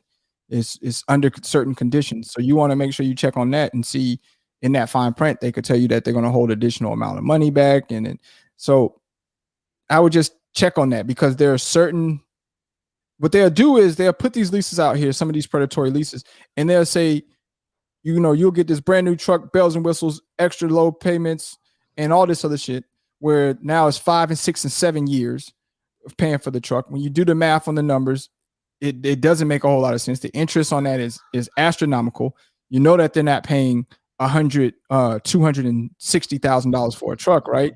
But they're going to charge you, and they're going to make an extra $100K off of you. That's a little astronomical. But at the same time, just because they say it's low payments, and you're like, hey, at least long as my lease payment is going to be low, I'm going to be good, right? No, not necessarily, because you have a dispatcher, like you said, the dispatcher gets 12%, you get 88%. But if that dispatcher don't have no good connections as far as getting good loads, having connections with good brokers, it don't matter. He can go and book you on a damn water load and get you $1.50 on it, and you're getting 88% of that. That ain't nothing. You know, your page, you'll look up at your paycheck and it's still $1,100, $1,200, and you're trying to figure out, well, how is this possible if I'm getting 88%? Well, because he ain't booking no good freight for you. So what's your definition on when they tell you there's no forced dispatching? What's the definition of that? That just basically means that he'll find you a load, and if you don't want to take it, then you sit, and he'll try to find you something else. But typically how that works is he's going to move on to his other trucks, and then he'll come back around to check for you later, or check on you later to see if he found anything else. Okay. Hey, well, I mean, that's all I got for you. Yeah, I would definitely, I say everybody's situation of making money or what's going to be profitable for them is going to be different. But what you don't want to step yourself into is a predatory situation. You know what I'm saying? Where it's like, okay, yeah, this sounds great. All this stuff you said sounds great. But when it comes down to the bottom of it, I'm really not doing nothing better than what a company driver is. You know what I mean? Yeah. Get a company driver position and make $11, $12, $13, $14, $1,500. But I hopped into this lease because this fine writing says that I'm, going to get 88%. Truck payment is low, gross $1 gajillion. And then when you get over there and they got you somewhat locked in, it's a wrap, especially with that walkaway thing where I was telling you, because it could be, yeah, it's a walkaway. And then all of a sudden, oh yeah, we're going to hold your final 2 paychecks. And, it's a $5,000 walkaway for real. Like, whoa. Oh yeah, that was down there in that little right. You ain't read that? Oh, one more thing. So if all of that was legit, they do allow you to have somebody else drive for you. Is just that you will have to do the down payment now, and there's no zero down payment that you can do. So would you advise that? Would that be a good idea? Would you be able to make money with that and be able to pay them a decent amount? By putting a driver in there? What's that? You saying about like putting a driver in there? So like you leasing the truck from them, from Yeah. that carrier, and then you putting a driver in there. Yeah. All right. So here's the deal that you're going to run into with that, right? Is that 12% you're already missing. All right. So you're getting 88%. Now you're going to have to find a decent wager to keep that driver in that truck, meaning that you're going to have to find out what the market is for paying drivers. And I can tell you right now, most of the market is 50 cents and up, somewhere around there. Most time, unless you just find some guy who's bad off, he might take less than 50 cents, but most drivers are taking 50 cents and up. So you factor that in, and you keep in mind you're giving 12% away already. It does become a little bit of a gray area for you to be profitable at. And I can tell you this from experience because I did that before when I had a smaller fleet than what I have right now when I had a smaller number. And I ain't gonna lie, it was a struggle because I didn't have the volume to equate for the amount that I was paying the driver. Not to mention, I'm getting hit 12% from that carrier already as is. And what people fail to realize is that 12% is the difference in you being profitable for the week or you being negative because you pay your driver, because you got to make sure you do pay your driver. Okay. So just take that into account. It's different ways that you could pay out here, whether you pay cent per mile, whether you try to do a salary thing and offer some type of incentives to them to keep them, motivated to stay running. But that would be my best advice to you, is to first probably go and do it yourself. See what that dispatcher can do, see what type of loads he gets, what type of rates he's getting, all this other stuff.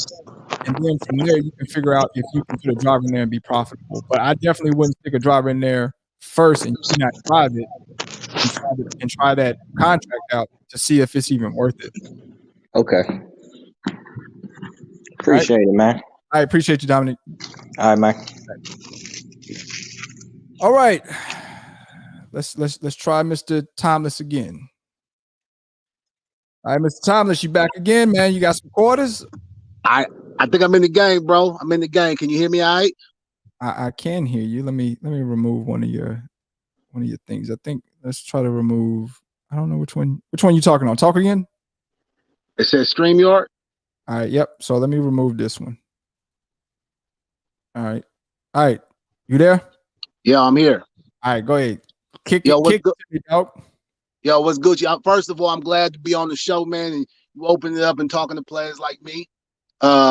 Sharing your information, and I get to talk with you and hopefully share a little information with everybody else out there. And I just want to see if my situation is right or wrong. So I'm leasing trucks. So I got my own authority. I've had it for about a year now. I'm leasing some trucks. The trucks I got were custom built. I leased them directly through the dealership. So it's a full maintenance lease. So I pay $2,800 a month for the truck, and then I pay 6 cents a mile for every mile that the truck runs. And they build the trucks how you want to, from the top to the bottom, from the rear to the tutor. Now, I just got 2 brand new trucks, 2022s, the Volvo 860 B&L Globetrotters, just delivered to me. But when I built this truck out, it was supposed to have the battery operated APUs. Okay. They didn't come in with the battery the operated APUs, and they told me you got 2 options: take it or leave it, because there's a truck shortage. Now I got a contract that I'm out there running. I'm running some of that exchange, for the military bases. So I gotta have the trucks ready to roll, because when you get the opportunity to shoot, you gotta be ready to pull the trigger. So now I'm here. They told me take it or leave it. Would you have taken it or just left it?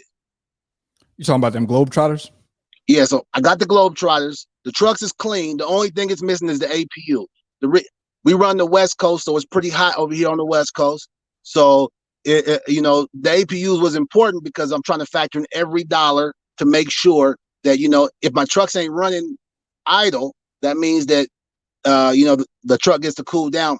I only run solo trucks, but if I leave the truck running 24 hours, 7 days a week, it's damn near like I'm giving team energy to the truck. So eventually it's going to spend more time in the shop. Not right now, early in the game, but it will.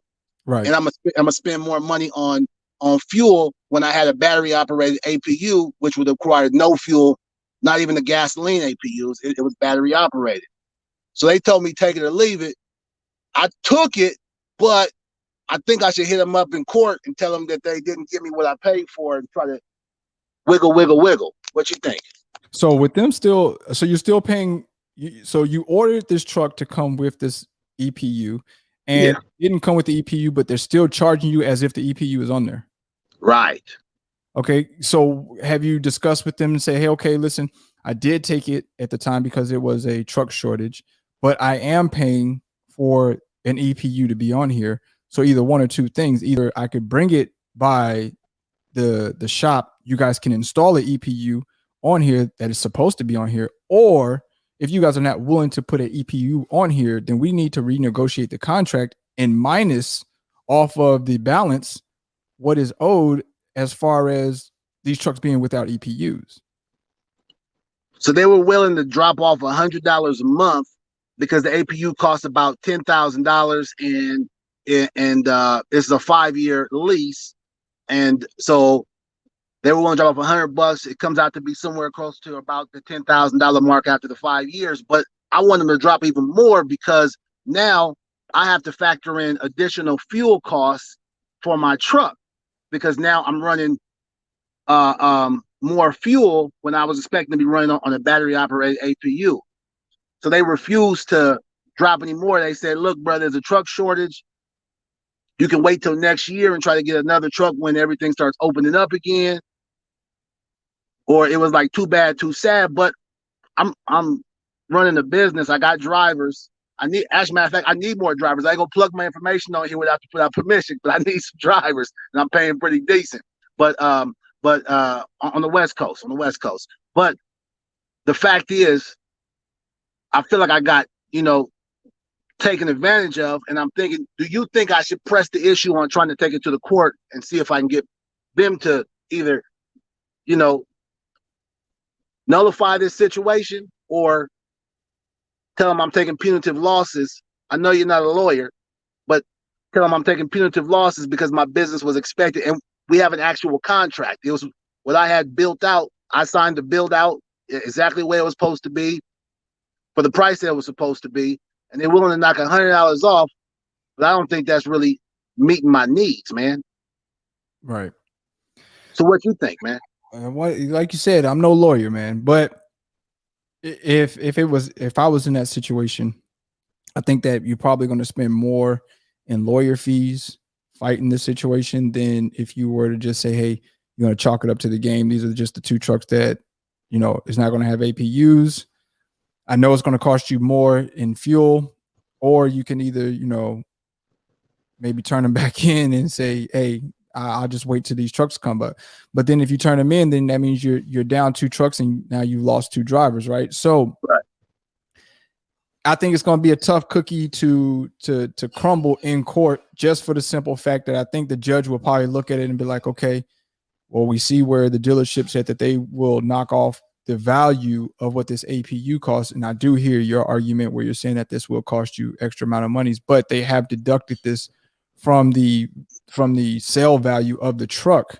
Now, Mr. Such and Such, is up to you to determine if you want to keep utilizing this truck. If you don't want to use it, then you could turn it back in and, move forth. But they've already compensated for what they were not able to provide. And I just think that you would end up, that's the type of closure you're going to get. I think the judge is going to say they've already compensated and knocked off the value of what that APU sells for. And now, it's your choice if you want to turn that truck back in, knowing that, it doesn't have that EPU on there. I think that's probably the extent that you're going to go. And then you're going to spend crazy amount of money in lawyer fees and lawyers. A lawyer probably wouldn't even really, to be honest with you, probably wouldn't take it on because they probably would look at it like they're not going to be able to get anything out of this. Right. Okay. So what do you think about the $2,800 a month and the 5 cents a mile? You think that's decent? Full maintenance though. I mean, they take care of all maintenance. The only thing I'm responsible for is if I pop a tire, besides wear and tear on the tire, I'm responsible for that. Or if my driver does some malicious action to the truck that wasn't just something naturally happening. Okay. $2,800 a month for that. Let's see. Let's get a breakdown. What is that weekly? If you do times 4.33, it's like 682. I got 651.16. All right. So, I mean, that's not bad. Full maintenance at $651 a week. Plus, plus if my trucks run 3,000 miles at 5 cents a mile, it's another $150. Are your trucks averaging over 3,000 weekly, or are they underneath 3,000? I try to keep them about 25 to 3,000 because I pay a salary. I just give a salary because I don't have to always run you. I don't have to run your ass off, Right. So I give a salary. How often are you paying that overage? Overage meaning over the miles, right? Isn't it over 3,000 miles? You got to pay an overage. You said no. So when I booked this deal, I put it to where that my trucks will run 130,000 miles, at least 130 or minimum or maximum 130,000 miles a year. Okay. But if I go over 130,000, meaning I put a real super team in here, then it's definitely going to be over that situation. And then I will pay like an additional 1 or 2 cents on top of the miles. Got you. So they give you up to 130,000 for the year. For a solo truck, it's OTR, right? Oh, well, we can run OTR, but I try to keep my guys on the West Coast. We run like California to Texas, California to Washington, to sometimes the Midwest. Okay. So y'all ain't, you're going as far as Texas. The average solo truck, we're talking about running OTR all 48, does about 120,000 miles a year. So if you're granted at 130,000, I don't see where you're going to really be paying that overage like that a year at all. So I mean, unless you, like you say, you put a team in there, and of course you're going to hit the overage every freaking month. But at the same time, you're making good money with a team. So the mileage overage really doesn't even bother you because you're making good money off of it. But for the fact that you're going to have mostly solos in there, that I wouldn't even really, I mean, it's there, but I really wouldn't equate it into my numbers because you're not going to hit that. You're not going to go over that very often at all. So, right. It's not something that you need to equate unless you have a team. Then, you would definitely factor that in for a team. But like I said, you got a team you making hands over fist money with. So, but do I think it's a good deal that you got? Hell yeah. 651 full maintenance, except for, I guess, like wear and tear stuff. You said they don't cover like if you pop a tire, right? Yeah, only if it wears down, natural wear and tear on the tire. Right, natural wear and tear. I mean, that's a good deal. I mean, and you building a fleet. So how big do you want your fleet to be? Is it number? So realistically, when I was just running solo, just my own stuff, I made more money just by myself and less headache. So last quarter or in the fourth quarter last year, I had access to I was running at 7 trucks last year in the fourth quarter, but then I did like a sublease to somebody else and I dropped it down. So right now I'm only operating with 3 trucks right now because I'm restructuring the business. But I'm going to be up to max 10. 10 is where I want to be. Oh yeah. If you're doing pretty much, in my opinion, if you're doing anything over 5 trucks, I would lease, just because once you start getting past that number of 3 and 4 trucks, then you're wanting to expand, and then it just does become a big addiction. And I know, that's why I'm at 12 and probably going to be at like 15 before the quarter is out. But the value for you and like myself is in numbers. So we want to make sure that we have quality trucks for these drivers. Right. You're going to be traveling, essentially OTR, even for you, what you say, and going down to Texas, that's still OTR. So, and we don't have a mechanic network that can cover, the Western 11 plus, the bottom Midwest like that. You would technically need to have a mechanic in every state. And, the mechanic for us in every state is going to be dealership based, or, maybe like the TA or somebody like that, or a roadside mechanic. So it's best to kind of like continue doing what you're doing. I think what you have going on as far as your lease is phenomenal. 651 full maintenance. You don't go really over 130,000 miles a year, more than likely with your solos, which you run in only half of the country. It sounds like to me it's a good plan. And then I was going to use like my lease trucks to make all this money. And then I will buy a one truck or two trucks outright so I can offset my lease situation, so I can start getting some trucks that are fully paid off. There's bringing more revenue, because now that lease payment that'll be going out every single month will eventually trickle down smaller. But I still like the lease, because these drivers be trashing trucks, man. You give them a brand new truck and they don't treat it like nothing. Yeah, they do. They do.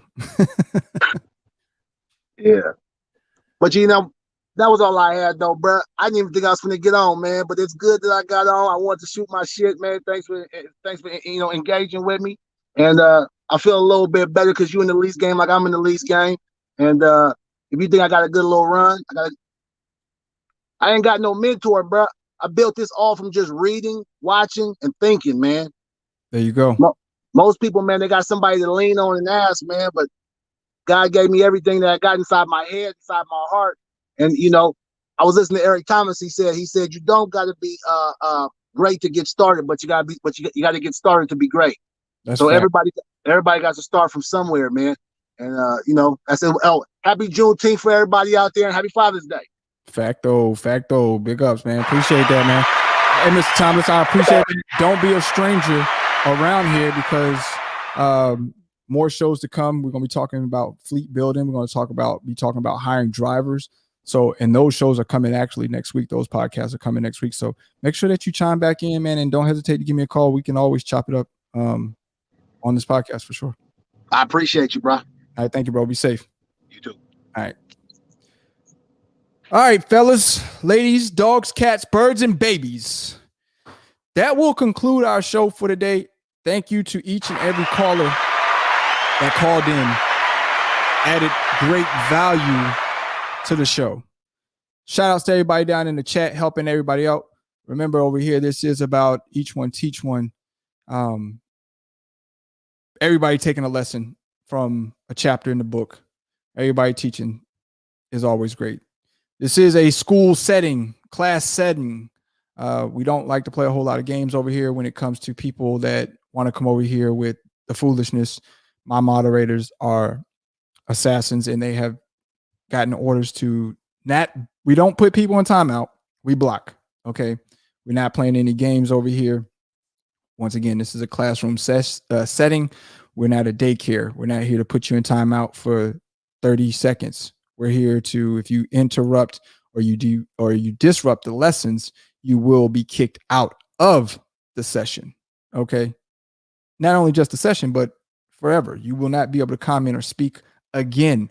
So please, when you step in to my podcast, make sure that you keep it classy so that you don't lose your privileges. The moment that you lose your privileges and you decide to step out of line, your talking privileges are over.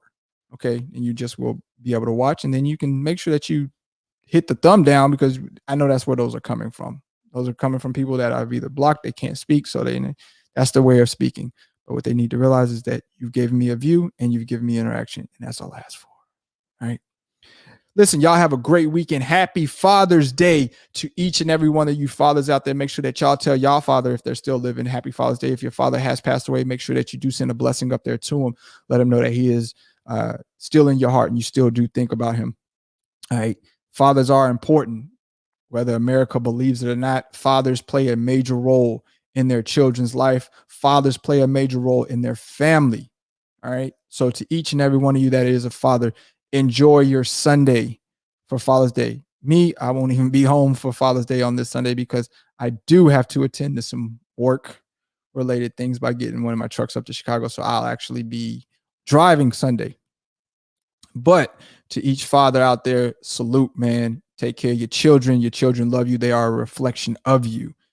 And regardless of what you do, you are special in their life. So remain that way to them. All right. With that being said, winners focus on winning and losers focus on winners, and I will catch y'all on Monday's show. What is Monday's going to be about? Let me pull it back up here real quick before I leave. What did I say Monday is going to be? So we got the leasing numbers, basically talking about leasing a day. And then we got want to grow a fleet. We said that we're going to do wanting to grow a fleet on Tuesday. So on Monday, we will be talking about local truck driving. All right. I want all my guys who are local truck drivers to make sure that y'all are in attendance, and those that are interested in hearing about local truck driving positions and opportunities, make sure that you're in attendance for that as well. All right. Remember that winners focus on winning and losers focus on winners. And we are winning all day right here at Trucking with Loshawn Parks. Salute. Y'all have a good weekend. Be safe. Thank you for listening to the Trucking with Loshawn Parks Podcast Show. Be sure to like, share, and hit that subscribe. And don't forget to follow us on IG at Loshawn Parks and Facebook, Loshawn Parks. Until next episode, keep it trucking.